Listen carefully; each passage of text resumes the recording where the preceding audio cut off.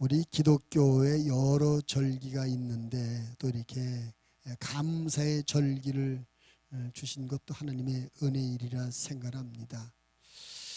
거의 매년 11월 세 번째 주일쯤 되면 추수감사 주일이 되는데 11월 마지막 때는 이제 새해를 한 해를 맞이하고 또 새해를 준비해야 되는 것을 준비하는 시간인데 그때 한 해를 마무리하며 새해를 준비하는 그런 시점에서 우리에게 감사를 생각하고 감사의 마음을 갖게 하신 것, 이것도 하나님의 뜻대로란 뜻이고 오면 섭리라고 생각합니다.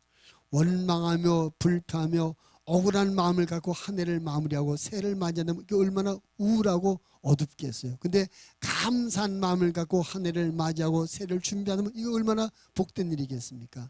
하나님께서 이 절명한 타이밍에 감사의 계절을 주셔서 감사합니다. 우리 하나님 앞에 여러분 마음 안에 감사가 가득하는 그런 시간이 되었으면 좋겠습니다. 저는 그런 말씀을 자주 드렸어요.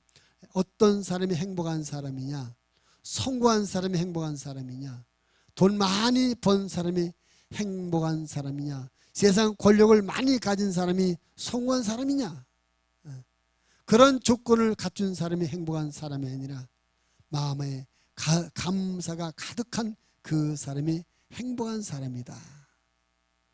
삶의 현실에 좀 마음대로 되지 않는 일도 있고 좀 모자람과 부족함이 있고 할지라도 마음에 감사가 가득한 그 사람이 행복한 사람이라고 저는 자주 말씀을 드렸습니다. 여러분이 행복한 인생이 될 것이냐 불행한 인생이 될 것이냐는 여러분의 마음의 선택에 달려있어요.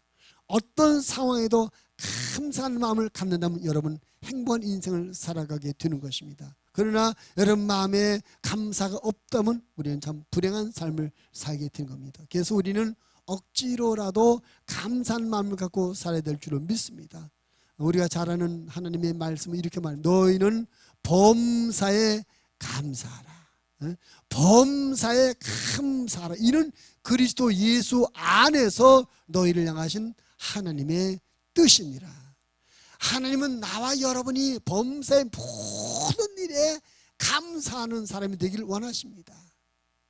범사라는 게 뭡니까? 모든 일. 우리 아까 마지막 찬양을 볼 때 그러더라고요.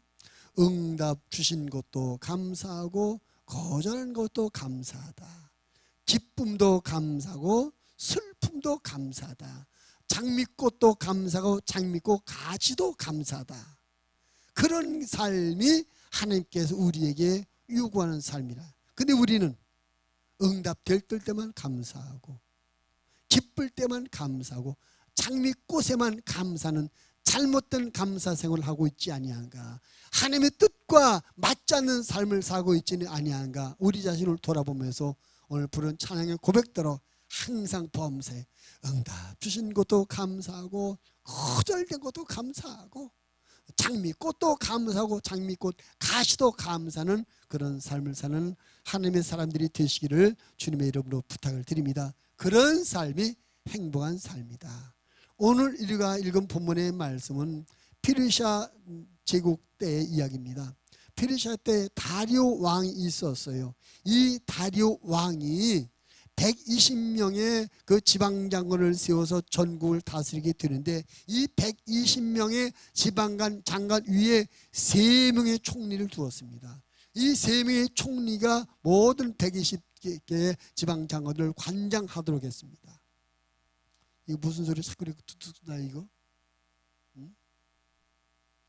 이 3명의 총리 중에서 특별하게 다니엘이라는 사람이 있었는데 이 사람은 아주 지혜롭고 성실한 사람인지라 이 다리오 왕 마음 안에 이 3명의 총리 가운데 다니엘을 한마디 요즘 말로 말하면 수석 총리로 삼아서 나라를 다스려야 되겠다. 그런 마음을 갖고 있었어요. 그런데 이런 왕의 마음을 눈치챈 다른 2명의 총리와 그를 따르는 여러 지방 장관들이 이거 이대로 안 되겠다. 이대로 있던 저 다니엘 저 사람이 국무총리가 되고 우리는 그 밑에 내려가게 생겼다. 어떻게 하면 좋을까? 그들이 궁리랍니다. 그래가지고 아무리 다니엘을 뒷조사해봐도 잘못한 게 없어요. 뭐 뇌물을 받아 먹은 것도 없고, 일을 실수해서 나라에 손해를 끼친 일도 없고, 인사를 잘못해서 사람을 잘못 세우거나 이런 일이 없어요. 아무리 세밀하게 뒷조사를 해도 흠잡을 데가 없어요. 근데 그들이 생각해 보니까 이 다니엘은 철저한 믿음의 사람이었습니다. 하나님을 잘 믿는 믿음의 사람이었어요. 얼마나 잘 믿는지 이 사람은 하루 3번씩 꼬박꼬박 하나님 앞에 기도하는 기도의 사람이었습니다. 이런 다니엘의 일상의 모습을 지켜본 그 정치적 반대 세력들이 다니엘을 제거하기 위해서 왕에게 모함합니다. 임금님, 우리 모든 지방 장관들과 모든 관리들이 다 모여서 회의를 해서 이런 결정을 내렸습니다.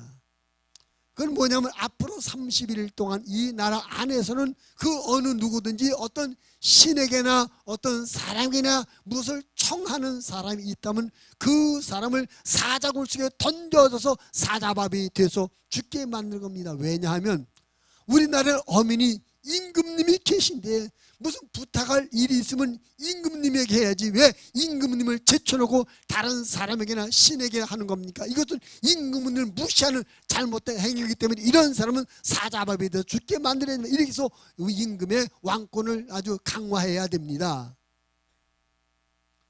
임금이 들어보니까 그럴듯해요. 그래서 결제를 딱 했습니다. 결제 도장을 찍고 온 나라 안에 공포합니다. 앞으로 30일 안에 이 나라 안에서 어느 신에게도 어느 사람에게도 청할 수 없다. 만약에 이 왕의 명령 어기고 어느 신에게나 어느 사람에게 청하는 사람이 있다면, 구하는 사람이 있다면 그 사람은 사자밥이 돼서 죽을 것이다. 명령이 떨어졌습니다. 근데 오늘 주목해 볼 것은 맨 마지막에 있는 10절 말씀. 다니엘이 이 모든 상황을 다 알았어요. 기도하면, 내가 믿는 하나님께 기도하면 이제 꼼짝없이 사자밥에 대해서 죽게 생겼구나. 지금 목숨이 왔다 갔다 하는 그런 상황입니다. 그런데도 불구하고 오늘 매일 마지막 보니까 그 하나님께 감사하였더라. 자, 10절만 다시 한번 띄워주세요. 10절만 다시 한번 읽으면 다 같이 시작.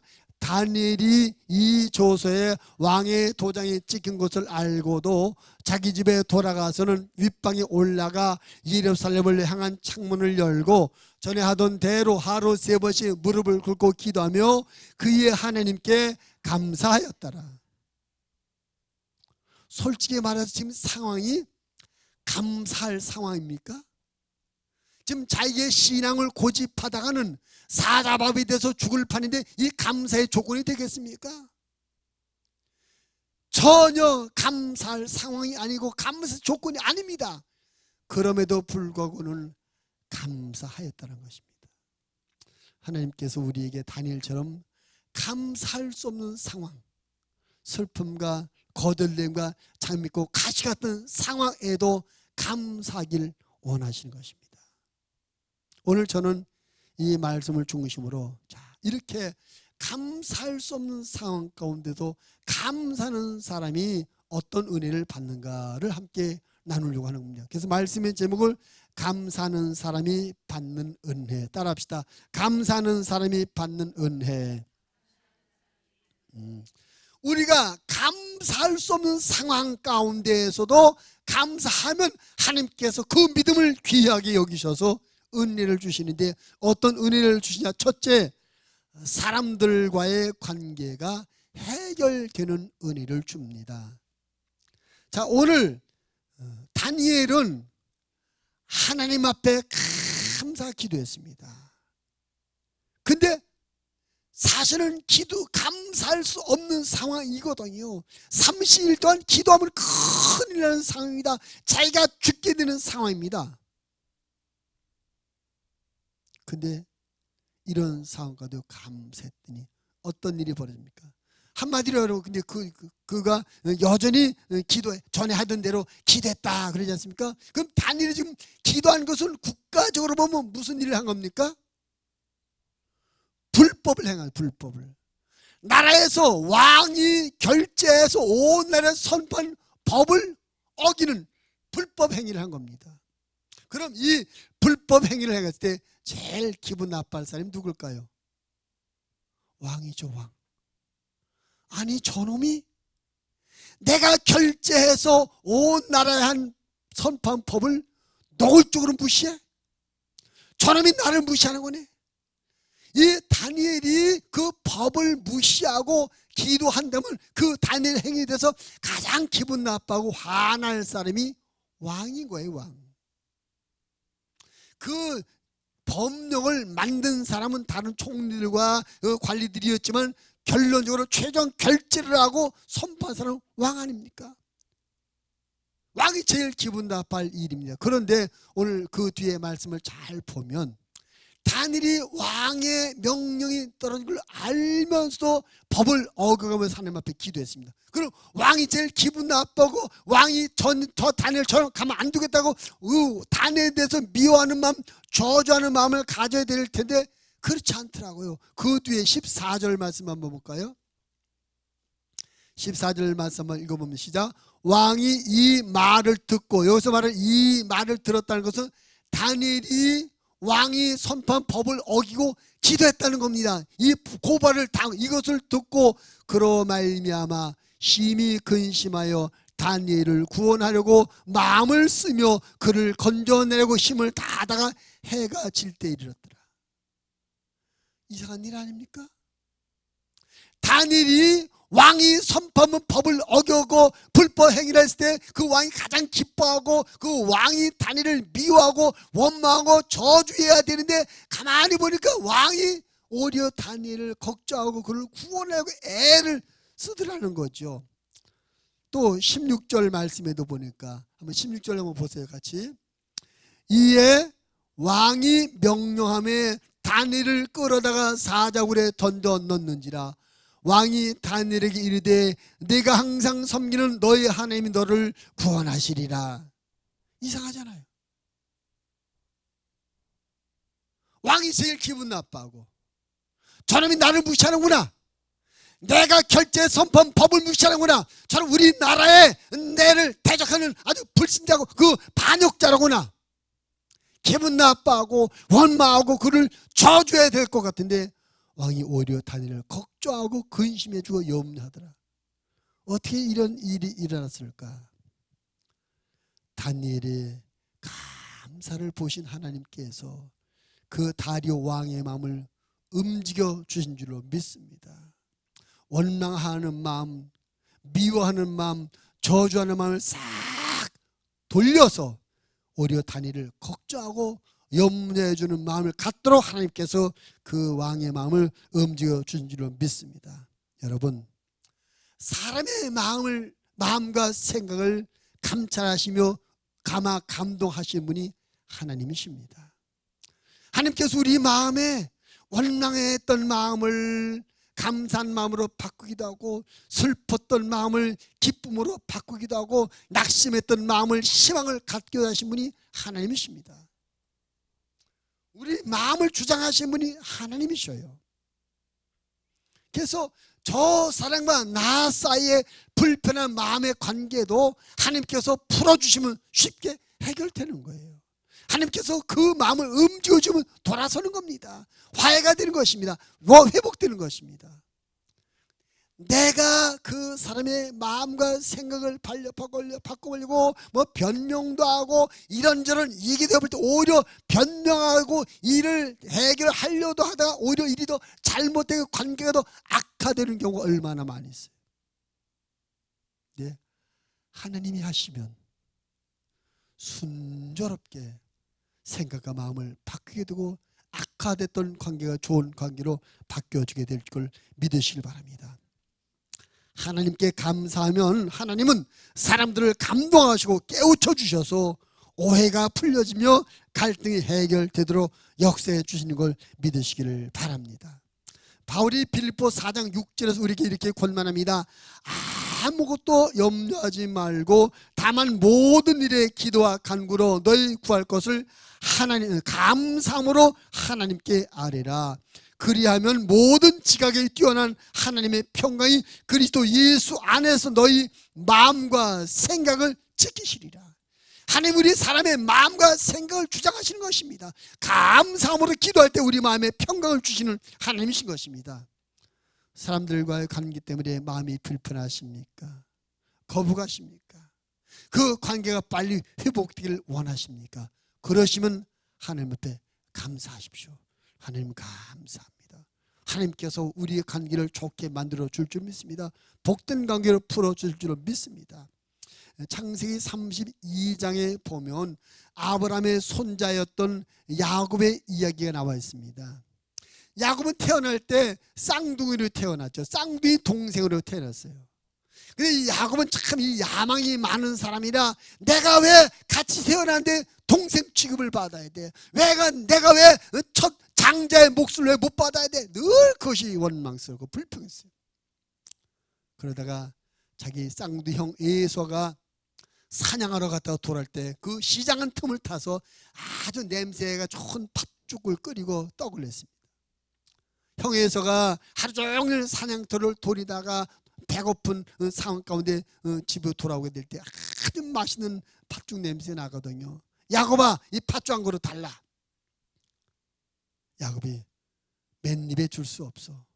이 팥죽 먹고 싶으면 형 장자의 명분을 내놔. 오늘부터 내가 형할게. 근데 이 쌍둥이 형 에서가 그래, 오늘부터 네가 형하고 팥죽 좀 줘. 장자의 명분을 줘버립니다. 후에는 자기 아버지 이삭이 나이가 많아서 이제 노안이 돼가지고 앞이 잘 보이지 않고 분별이 되지 않을 때 아버지, 내가 큰아들입니다. 장자에게 주는 축복기도 해주세요. 늙은 자기 아버지, 눈이 잘 보지 못한 자기 아버지 속이고 자기가 큰아들 에서라고 해서 장자가 받아야 될 축복들을 세치게서 받아버렸어요. 나중에 쌍둥이 형 에서가 이 상황을 알게 되고 이 야곱을 죽이려고 합니다. 그래서 더 이상 그 집에, 자기 집에 살다가는 형에게 맞아 죽을 것 같으니까 도망가.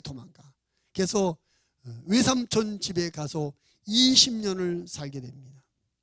20년 만에 자기 고향으로 돌아가는 거예요. 이제 20년 동안에 뭐 가족도 많이 생겼고 돈도 많이 모아서 부자가 돼서 성공해서 돌아가는데 마음이 편하지 않아요. 왜?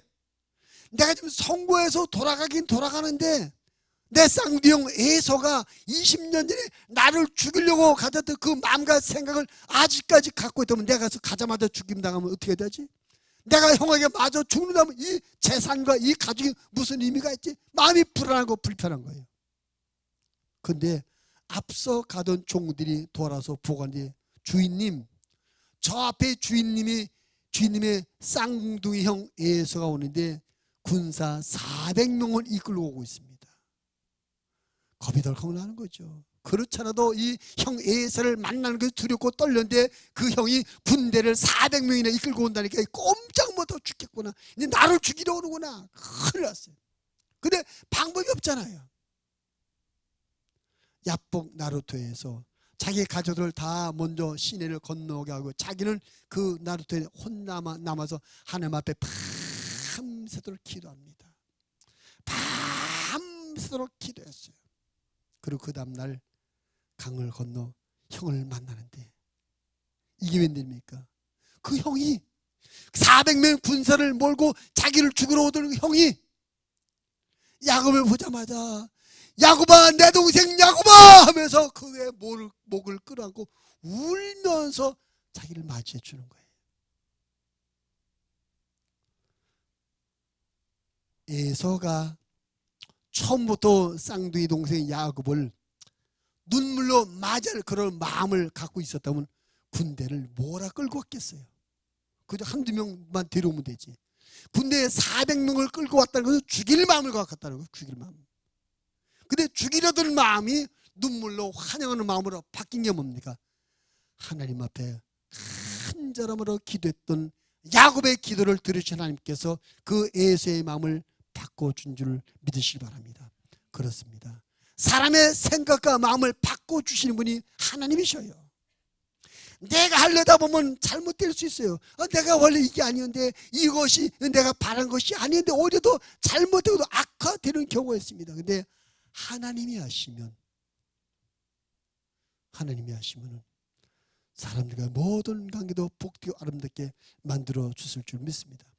다니엘이 감사할 수 없는 상황 가운데 하나님 앞에 감사했더니 다니엘에 대해서 화를 내고 이 내 명을 물복종한 놈이라고 주를 저주하고 원망해야 될 다리오의 마음을 싹 바꿔서 오히려 그를 걱정하며 근심하며 염려하도록 그 마음을 바꿔서 관계를 잘 풀어줬습니다.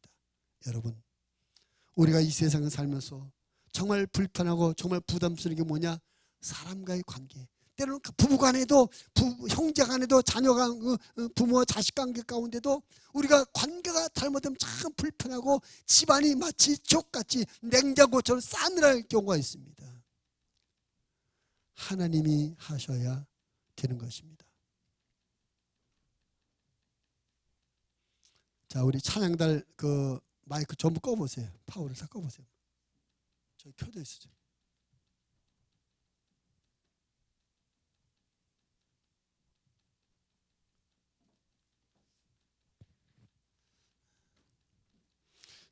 사람이 사람의 마음을 바꾸는 건 어려운 일입니다. 내 원대로 내 마음대로 되죠. 내 자식이라도 내 자식의 마음도 내가 내 마음대로 안 되잖아요. 하나님이 하시면 됩니다. 우리가 하나님 앞에 감사할 때, 어떤 상황에도 감사할 때 하나님께서 사람들과 관계를 풀어주며 해결해 주셔서 좋은 관계가 되도록 만들어 주실 줄로 믿습니다. 여러분, 그러므로 모든 일에 감사하는 하나님의 사람들이 되시기를 바랍니다. 두 번째로 우리가 감사하는 사람에게 하나님께서 어떤 은혜를 주시냐, 따라합시다. 현실의 문제들이 해결된다.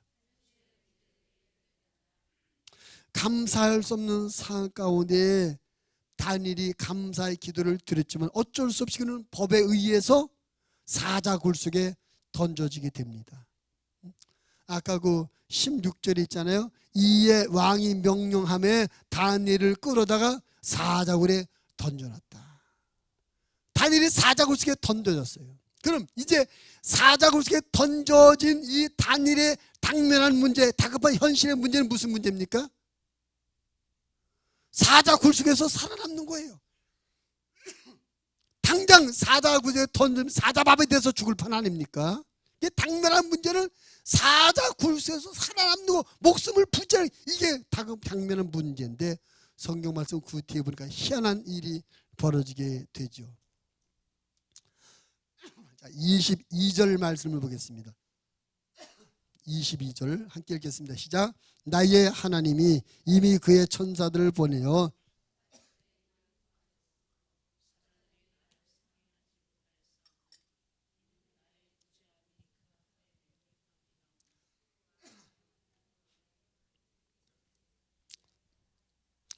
다니엘이 사자굴 속에 던져졌을 때 어떤 일이 벌어졌습니까?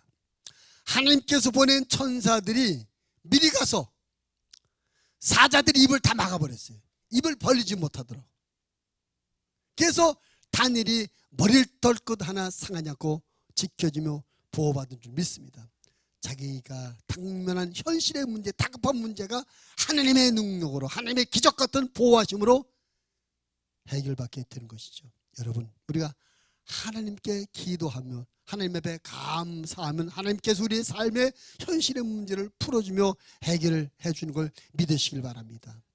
자, 사자굴 속에 들었다 나왔어요. 당면한 문제 해결받아요. 근데 이제 문제가 없어졌습니까? 사자굴에서는 보호를 받고 해결을 받았지만 당장 사자굴에서 나오니까 자기를 모함해서 사자굴 속에 집어넣겠던 정치적 반대 세력들이 남아있잖아요. 그들과의 풀어야 될 숙제가 또 남아있는 것 아닙니까? 또 그 당면한 문제는 남아있는 것입니다. 근데 하나님께서 그것도 해결하시고 그것도 풀어주잖아요. 어떻게 하시나 보십시다. 자, 24절 24절 읽겠습니다. 시작. 왕이 말하여 다니엘을 참수한 사람들을 끌어오게 하고 그들을 그들의 처자들과 함께 사자굴에 던져 넣게 하였더니 그들이 굴바닥에 닿기도 전에 사자들이 곧 그들을 움켜서 그 뼈까지도 부서뜨렸더라. 사자굴 속에 던져졌을 때는 사자들이 입을 막아서 다니엘을 보호하신 하나님, 사자굴에서 나왔더니 자기를 모함했던 정치 세력들을 하나님께서 왕의 마음을 움직여서 왕으로 하고 저놈들 다, 다니엘을 모함했던 저놈들 다 사자굴 속에 던져 넣어라. 그들을 넣었더니 사자들이 다 잡아먹었다. 사자굴 속에서 문제를 하나님 해결하신 하나님, 사자굴 밖에서의 문제도 하나님께서 해결하신 것입니다. 여러분, 하나님께서 우리의 삶의 모두 다 지켜보고 계시는 걸 믿으시기 바랍니다. 우리 삶을 지켜보시다가 우리 삶의 모든 필요한 것들, 어떤 문제가 어떻게 해결되어야 될지 아시는 하나님께서 역사하시고 도와주는데, 언제? 우리 하나님 앞에 감사할 때. 힘들고 어렵지만, 감사할 수 없는 상황이지만 그런 가운데 우리가 감사하게 될 때 하나님께서 우리의 삶의 문제, 현실의 문제를 지키시며 해결해 주신 걸 믿으시길 바랍니다. 하나님은 살아계십니다.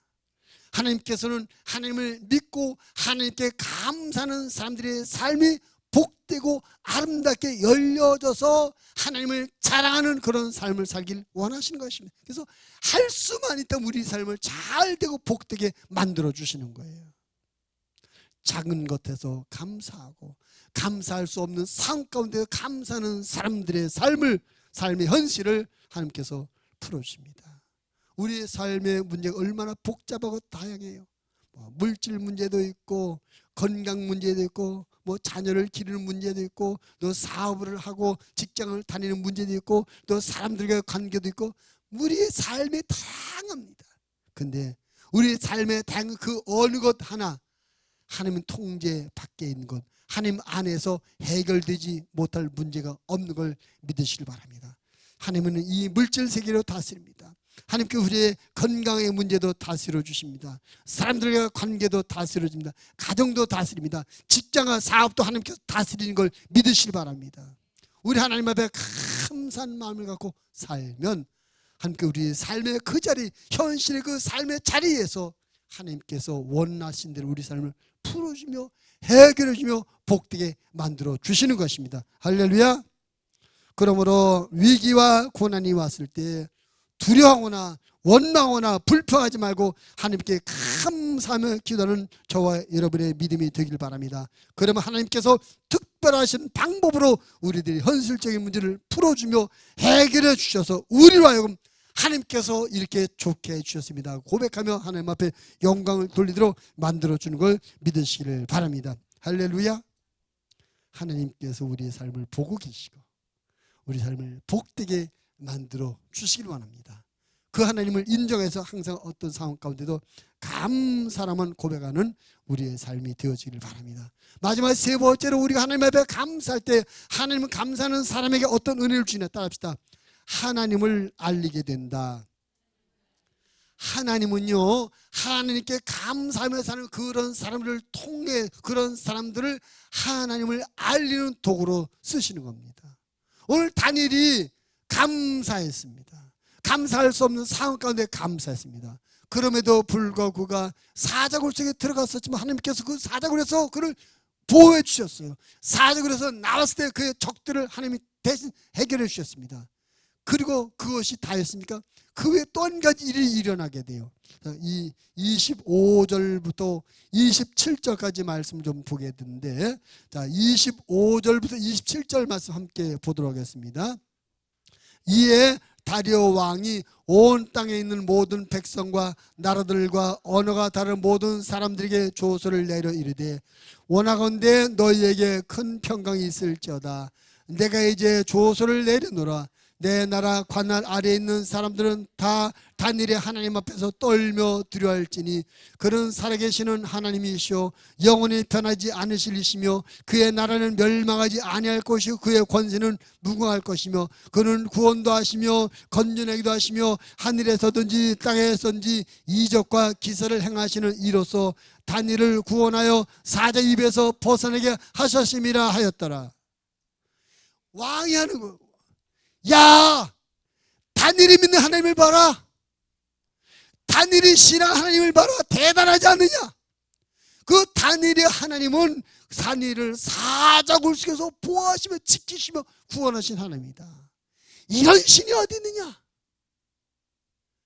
다니엘이 하나님 앞에 감사할 수 없는 상황 가운데도 감사했더니 이 다니엘을 사자굴 속에도 지키며 보호하시는 은혜를 주시니 이것을 목격하고 이것을 체험한 불신자, 하나님을 믿지 않는 다리오 왕의 입에서 하나님을 고백하며 하나님을 세상에 알리도록 했던 것입니다.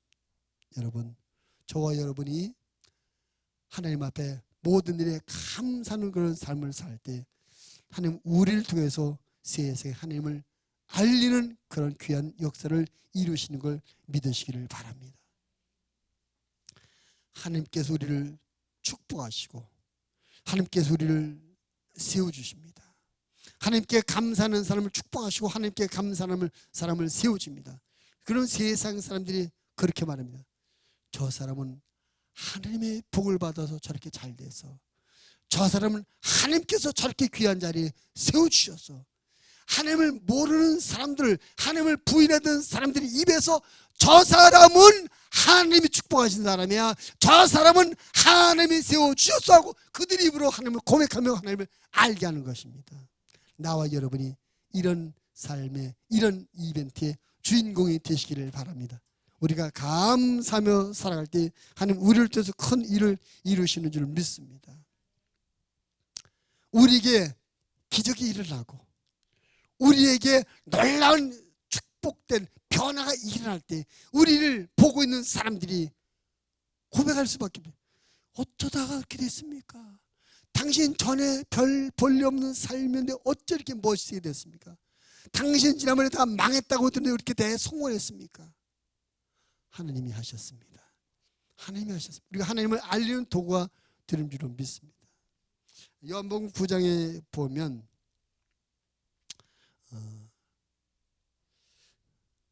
한 사람이 태어날 때부터 앞을 보지 못했습니다. 근데 그가 예수님의 소문을 들었어요.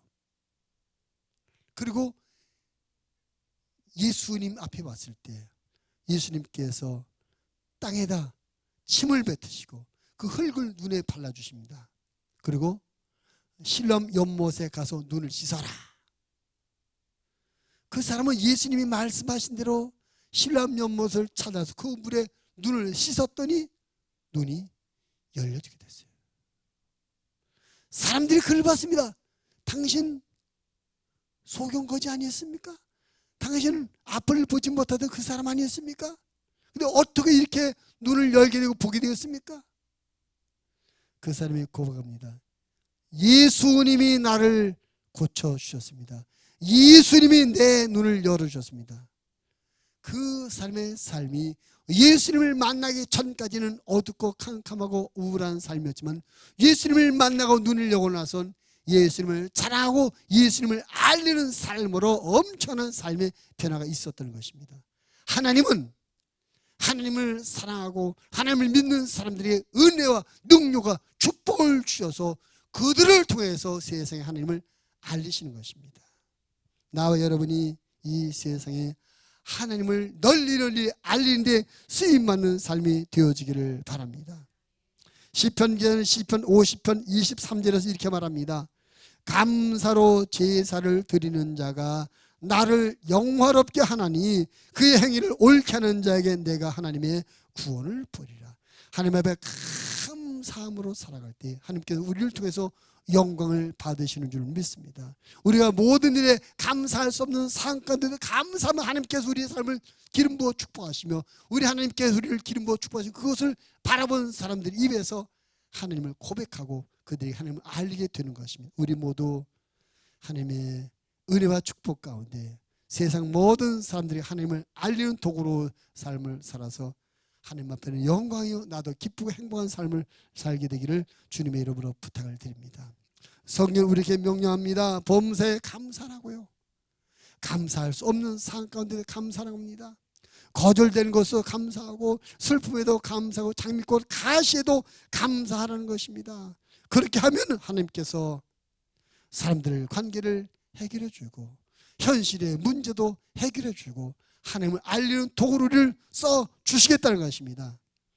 즉 나 한 사람의 감사가 나 자신에게 복이 되는 것을 물론이거니와 이웃에게도 은혜를 끼치고 하나님께도 영광을 돌리게 되는 것이죠. 그러므로 범사에 감사하는 삶으로 인생을 역전시키고 하나님께 더 많이 감사함으로 말미암아 받는 축복이 많아지는 그런 삶을 사는 하나님의 사람들이 되시기를 주님의 이름으로 부탁을 드리겠습니다. 기도합니다. 하나님 아버지,